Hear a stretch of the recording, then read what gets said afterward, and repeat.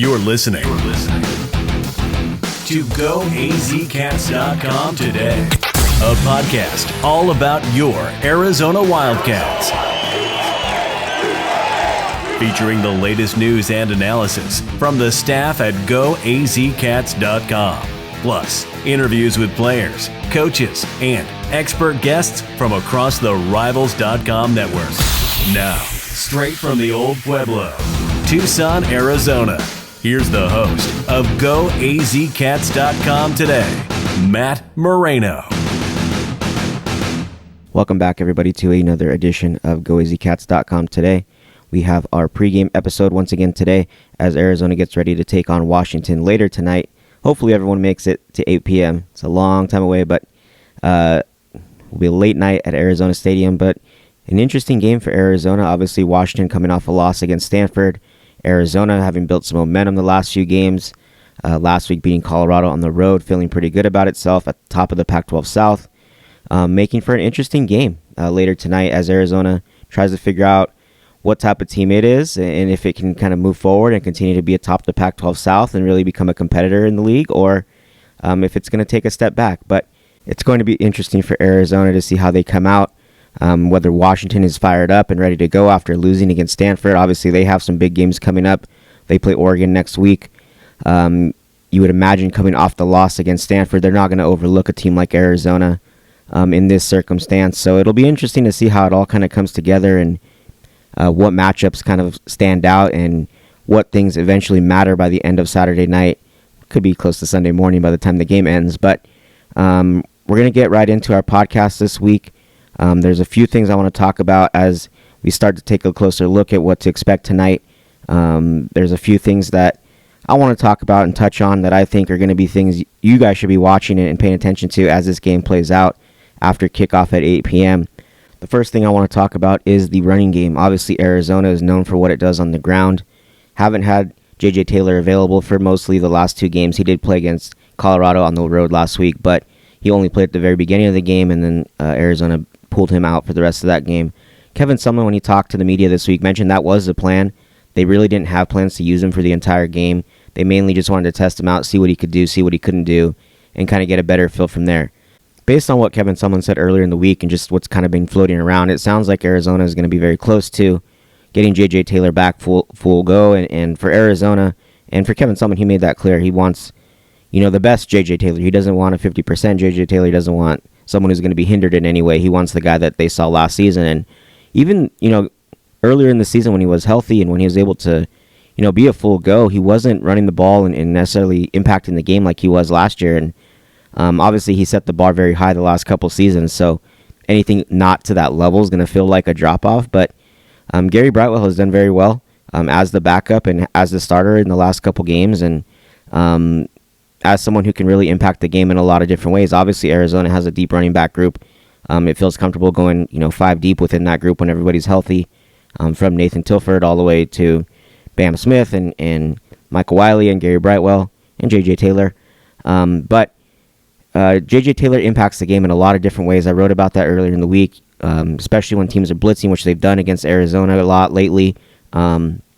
He's able to, pick up blocks and help the offensive line and really help everybody when he's in the game. So getting him back, if he's able to do some more tonight when Arizona takes the field, it'll be a big help. And one thing, when you look at what Washington does defensively and what they do well, what they don't do as well, the running game really stands out.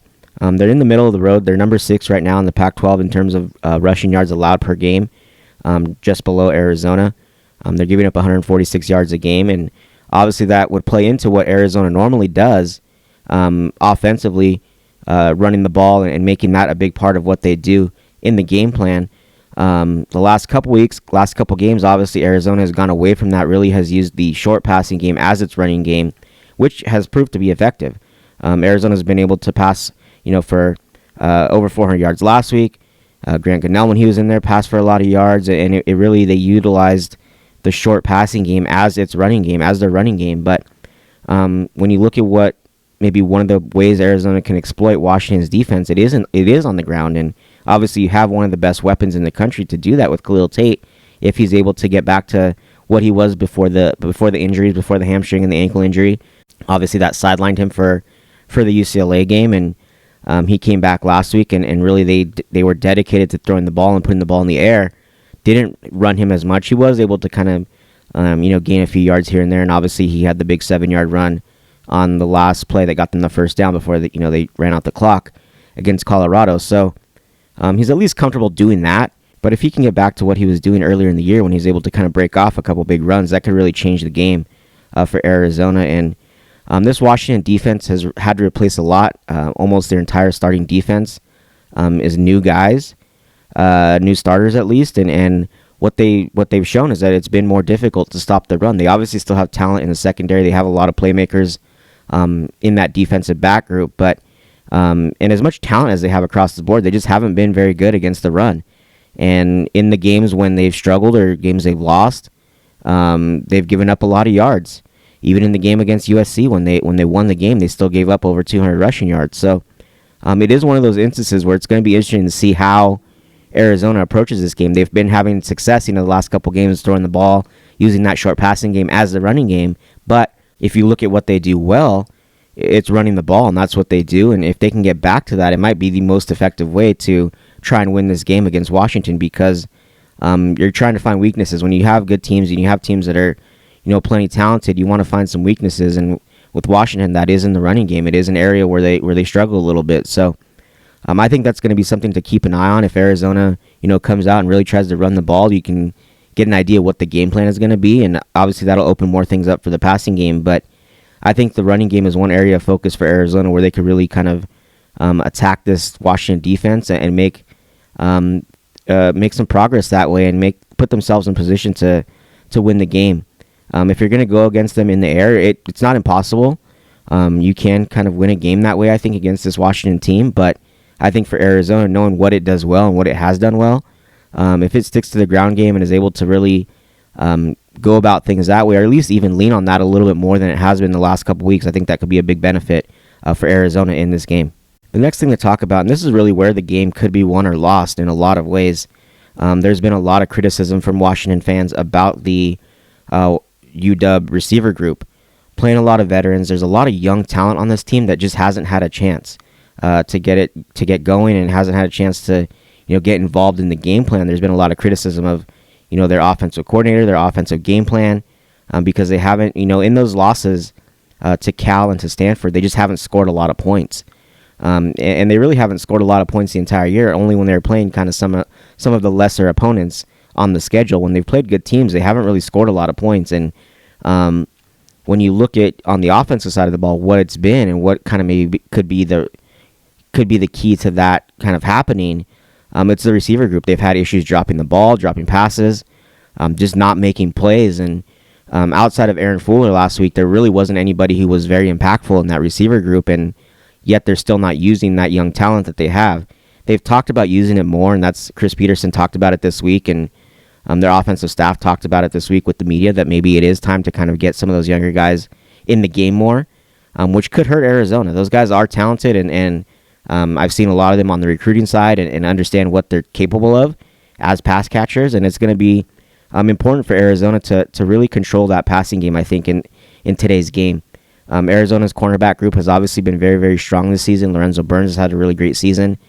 Christian Roland Wallace has been everything as expected from what we saw from him early in the spring when he had first arrived at campus. And he really hasn't had much of a drop-off. I know Pro Football Focus has him as the number one defensive player on this team right now as a true freshman. So they've been getting production out of that cornerback group. Jace Whitaker, you throw him in there as well. And obviously he didn't have a great game against Colorado. His first poor performance of the season after being very, very good for the other parts for the other games and for the other part of the season. So you throw all that together, and Arizona is plenty capable of stopping this receiver group. And how much success it has against Washington's receivers is going to be important in today's game, I think. And what you don't want to see is some of those guys like Chico McClatcher or some of these other guys, Austin Osborne, Marquise Spiker, any of these guys that they have that are receivers that are younger guys that just haven't had their opportunity, who have talent. You don't want to see those guys get going now and pick this game to be the one that they change things and start to use those guys a lot more. So It is going to be something to watch. I think there is going to be a lot on the Arizona secondary in this game, and it's going to be a big part of what they're going to have to do defensively to come up with ways to kind of to slow down and keep that scoring low again for Washington, because as we've seen, when you do that, you have a good chance to win against the Huskies. And obviously you're going to have to get some pressure, dial up some pressure maybe, find ways to get to Jacob Eason and make him uncomfortable. And that's kind of been the key for Arizona this entire season. It hasn't been necessarily getting to the quarterback and sacking him. I'm sure they'd love to do that. I know they'd love to do that, but even if they can just make the quarterback uncomfortable, make him feel like there is more pressure than there is maybe, and just force him to make some more mistakes, that's been beneficial to this team. And if they can do that again today, I think that's all that will be necessary to kind of force Jacob Eason into mistakes, or force those drops, or just make it more difficult for that offense to get going. I think a lot of that will have to do with obviously the players up front, but I think the secondary can help that by playing well in coverage and do the things they need to do on the back end. So that's going to be one matchup. I think the Washington receiver group versus Arizona secondary, its cornerbacks in particular, I think is going to be something that could make this game go one way or the other when you're watching it Saturday night. The next thing I want to talk about a little bit more is the quarterback battle. I just mentioned Jacob Eason. Obviously, he's someone who's not going to be fazed by any type of game. He played at Georgia for a couple seasons, transferred to Washington, sat out last year, and now is getting his first chance to take charge and take over the quarterback position. He's someone that has plenty of talent. Kevin Sumlin, when he talked about him earlier in the week, gave him a lot of credit. Said his arm strength is tremendous, which it is. That's kind of the bright spot of his game is his arm strength and his ability to throw the ball. But he's had an interesting season. The numbers haven't been great. We've mentioned the drops, obviously, with his receiver group. His receiver group hasn't necessarily held up its end. But there's been times when he's had mistakes and just hasn't looked as sharp and as talented as the guy that everyone saw coming out of high school when he picked Georgia and went that route. Again, you don't want this to be the game where he gets back on track and where that offense gets back on track. If you're Arizona, you want to continue to kind of keep them where they're at, keep them kind of feeling not great about themselves. And the quarterback battle is going to be something to watch every week. But I think in particular for this game, whichever quarterback ends up having the better game, I think is going to really have his team in the winner's spot. And for Arizona and Khalil Tate, obviously we don't really know what to expect from him in terms of what it's going to look like. Last week, obviously, he goes out and does something I don't think anybody necessarily thought was possible, maybe outside of Khalil Tate and kind of his inner circle, but having more than 400 yards passing, and the way they did it, it wasn't so much that he accomplished that feat. I think everyone knows he has the talent as a passer to make big plays, to go deep and pick up a lot of yards in a short amount of plays. But I think the way he went about it and the way they kind of game planned for him, it looked a lot like it did the week before with Grant Gunnell and with Arizona throwing the ball a little bit shorter and kind of, as I mentioned, using that passing game as the running game. It put him in a position to rack up yards, even on short throws. I mean, he was able to kind of pick up yards and keep things moving forward as opposed to going backwards. And I think that's something it'll be interesting to see if Arizona takes that approach again. As I mentioned, the running game I think will be more important. But if Arizona is dedicated to running that style of system and focusing more on the short passes and using that as part of the game plan, it's going to be another one of those games where I think Khalil Tate could have a big passing day. But I think the key for Khalil Tate would be running. I mean, if he's able to run the ball like we saw earlier in the season, I think he could make a difference for Arizona in a big way. This Washington defense isn't what it has been. There's still a lot of talent on that side of the ball, but I think throwing them for a loop and having him, run the ball effectively, I think would change some things, would open up the passing game a little bit more, give him a chance to really kind of keep the defense off balance some more, and that's something that I think could play into what Arizona wants to do. So it'll be interesting to see how it all kind of comes together, but I think watching the two quarterbacks is going to be something that I'm going to have my eye on, because Jacob Eason is, he can be forced into mistakes. We know Khalil Tate can be forced into some mistakes at times, and so in a game like this, and every week, every coach is going to talk about the turnover battle, winning the turnover battle, and that's something that Kevin Sumlin talked about earlier in the week, that Washington has been so good at in the past, and creating those turnovers, making that happen. And for Arizona, they've obviously been a lot better this year at creating those turnovers and intercepting passes and things like that. So I think that's going to be something to watch this week tonight as both teams get going. And if you watch the quarterbacks and who maybe limits their mistakes the most, I think could end up being in the best position to win the game. And Obviously, every game, like I said, is going to be, there's going to be so much emphasis on the quarterback play and what those guys do. But I think in this game in particular, knowing that both of them can be, forced into some mistakes, I think it's going to be key to watch that and see maybe who limits that the most. And that's something I'm going to have my eye on Saturday night. Obviously, a big game for Arizona tonight and a chance to prove that, they belong kind of in that conversation. At least they're inching their way into that conversation for the Pac-12 South. It's so hard to predict the league, as we were talking about on the message boards this week, and very difficult to say this team's going to win this week because there's so many things that go on. We thought that about Washington last week, that it's not an easy win, but you expect them to win that game against Stanford, and Arizona against Colorado was a real toss-up, that teams that looked evenly matched, and Arizona comes out with the win and now is sitting at the top of the Pac-12 South, and you just don't know who to pick week to week. I actually have Washington losing this game. I have Arizona winning. I haven't picked Arizona a lot this season, but I think I'm going with the trend, and I think Arizona ends up kind of doing what it's done the last few games, and I don't think the scoring is going to be as high. I have Arizona winning at 28-24. I'm not sold on Washington. I watched that game last week, and something doesn't look right with that team. And obviously, a game like that could be a wake-up call and get this team going in the right direction. But I just don't buy it just yet. I think they're a different team than what people thought they were going to be, and I'm not buying it yet from Washington. So I actually have Arizona to win this game. Like I said, by 4 points. I don't know if that's the nail in the coffin for Arizona. I haven't picked them a lot this season. I just haven't trusted their team, but I'm starting to believe a little bit more. And Tristan Cooper talked about, turning people into believers a little bit this week. And as the season goes on and as Arizona kind of goes through its games, I'm starting to become more of a believer. And if they are able to win this game, I think it means a lot for, them and their mindset moving forward. Obviously, you have a couple tough road games coming up where you go to USC rather, and then to Stanford the following weekend. So you have a couple road games, challenging spots, places Arizona hasn't had a lot of success in recent years, but I think 2 very winnable games. And if Arizona can build some momentum and continue to build on its momentum that it's already established over the last few games, I think a win against Washington would do a lot for the psyche, for the mindset of this team, and really get them going even more in a better direction and give them some more confidence that I think they've been slowly building over the last few weeks and proving to themselves that they're a good team. And I think a win over Washington would kind of cement that a little bit more in their brains, that, hey, this is a good team and not just, an overachiever. And so it's an important game for Arizona tonight, a chance to really show that they belong more in the conversation. And it's supposed to be a big crowd. I know it's at least getting closer to a sellout, and we'll see if that ends up taking place. But either way, it should be a pretty good atmosphere, pretty good environment. Obviously a late game, so that could impact things a little bit more.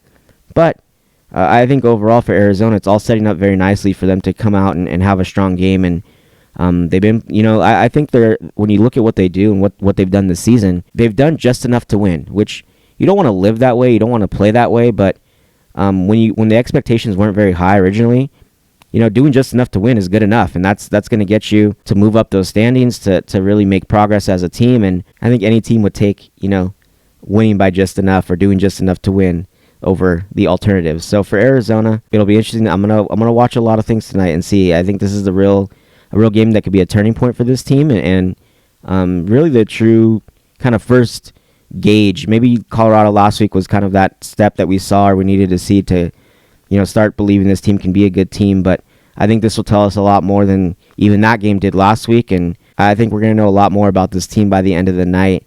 And I'm interested to see how it all plays out and see what we learn about the Wildcats by the end of Saturday night. But thank you guys for listening. Be on the lookout for our next podcast. Obviously, all our coverage from Arizona Stadium Saturday night. And enjoy the game, and we'll catch up with you guys next time.